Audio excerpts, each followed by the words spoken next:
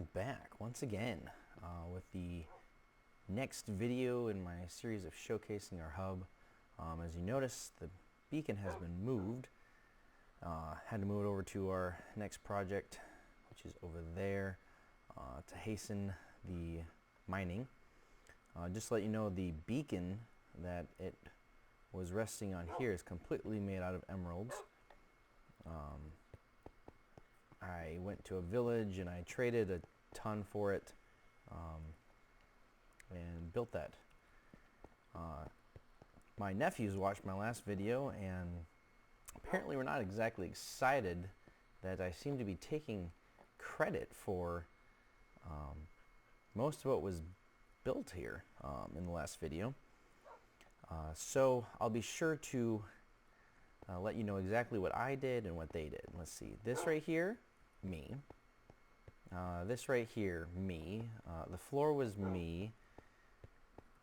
The mine right there, that was me. That was me. These tunnels, those were me. This area here, that was me. Furnace, that was me. This part here, they didn't help. That was me. That was me. Bedroom, that was me too. The sorting room, that was me. Not to say they didn't help. They did get sand, which allowed me to cook it into glass to make the tunnels. One of my nephews did catch some puffer fish, which allowed me to brew the potions, to breathe underwater. They helped with this area with the sand, but other than that, yeah, it was basically me. And I am very thankful for their help. So here we go. Next area that I'm going to be showing you is the farm portion of our hub. Built this mine cart, which for some reason is really loud right now. Built mine cart track, which mine cart track that was mostly done. They do like to explore the mines. So it brings you up here. There is another portal here which does connect with the one down there, but I find it a little faster to take the mine cart. The barn here, that was me. They did cut down acacia trees to get the wood to help me with that. So yeah, the barn is going to become a general storage area. We might put some stables in here. For the most part, it just houses things that, you know, would be found more along a farm or on the land, really. So you may notice the big giant ellipse. When you view that from above, it looks like an egg. And that's on purpose. I planned for this whole big area to be one giant, huge area for getting eggs and chicken, and it's empty. It's empty because I only needed one small little area down here at the end. One noisy area, which needs to be emptied apparently. And we have all the chicken we could eat, and a lot of feathers, which we have no use for. Get a little further away from those annoyingly noisy chickens. So anyway, yeah, they one little module, I guess you would call it that, one little area to cook them. Really super simple to build. It was not my idea. I got that from someone else. I'll put it in the description so you can see it. You can either get eggs or you can get cooked chicken, non-cooked chicken, your choice. It's a really simple system. So there you got some more. But I did build this chicken, and it's kind of big. Kind of takes up the middle area, makes it a little bit worthwhile to have this humongous egg sitting here. That right there is an iron farm. I built it close enough to the rest of the area so that when around here it's constantly generating iron golems. There are no towns anywhere around here. So I built this thing, put the nether portal right there, went to the nether, built a long track to get to a different town, built a portal there, pushed a couple villagers into a mine carts, shuttled them over here and let them do some breeding. The concept for this iron farm comes from the exact same guy who did the chicken farm. So I'll put both the links in the description so you can get to them. Really simple, easy to build, and as you can see, quite profitable. Quite a few roses. So I'm not claiming that these are my own ideas. I think I make them kind of pretty with weird glitching villagers. The egg, that was me. I did like making the egg. Oh yes, and I built that. They did not. I built that. They did not. The last area of our farm hub, well, besides the reeds, we don't count them, is our tower. Which, yep, that was me too. I built that. And right now it's set up to have wheat. Beautiful thing about this is it's stackable. I could stack this as high as I wanted to,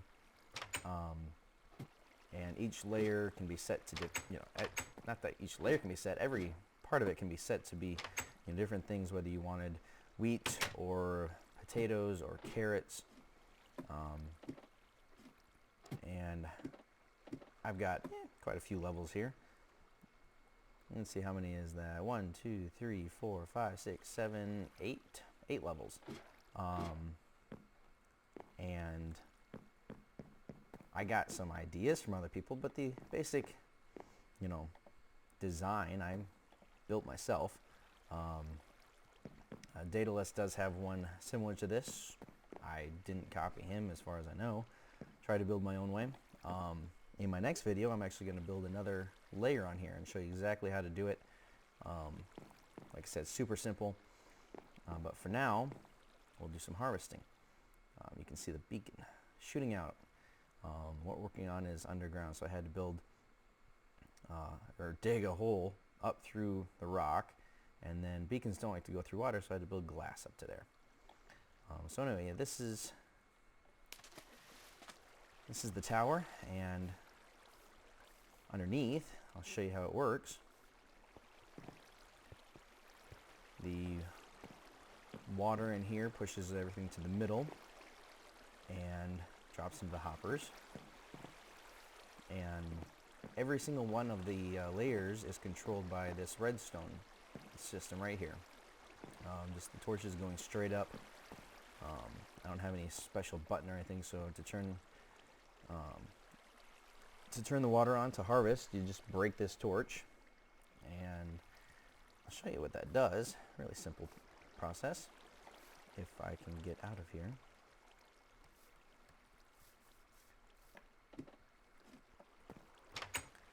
So yes, the redstone, or the redstone torches are going up through the middle, and they power a block on the side of this piston.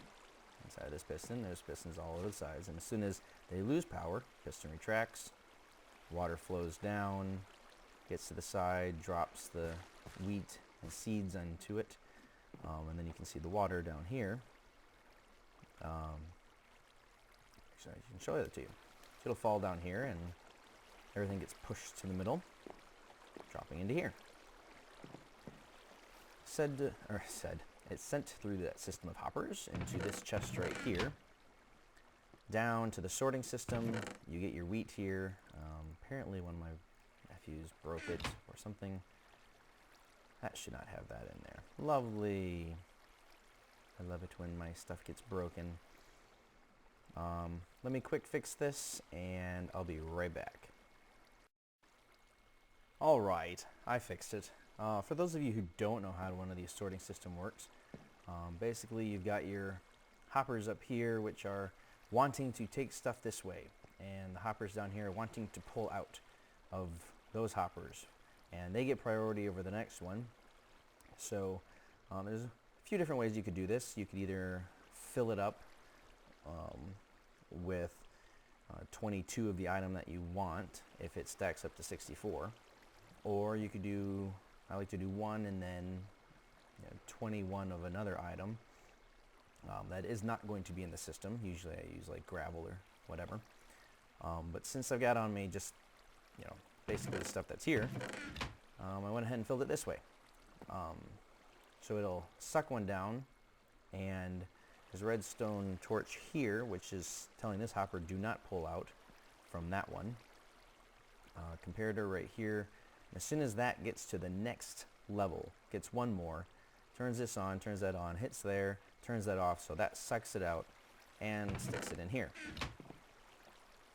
And if it doesn't fit into here, it sends it to the next one. This one will pull it out if it matches, send it down there, same system, and stick it into here. If it doesn't match at all, it gets stuck in there. And then I did not want an overflow of seeds, which it's not too bad right now, but after this thing goes all the way through, it will probably be full. So I set up this little system here. Comparator comes off the chest, and once the chest gets mostly full, this circuit will get all the way to here, turning this off, which will allow this hopper right here to start pulling until it gets enough out that it turns it off, sticks it in here, which is pulled into a dropper. And as soon as that dropper gets anything in it, it sends out a pulse, which sends a pulse back to here telling it to pop one out. And as soon as it does that, it sends whatever it wants, which in this case is seeds, whichever is in there, down into the lava to get rid of it, so it doesn't just continually getting jammed up. So nice little system that I figured out myself to get rid of the excess stuff. So yeah, let's see how it works, and I warn you, there will be lag. So right now, all of those pistons are retracted. And yes, the lag is gone. And as you can see, the water is flowing. And yes, you will lose some things. Every once in a while I'll get wheat sitting there or seeds sitting there.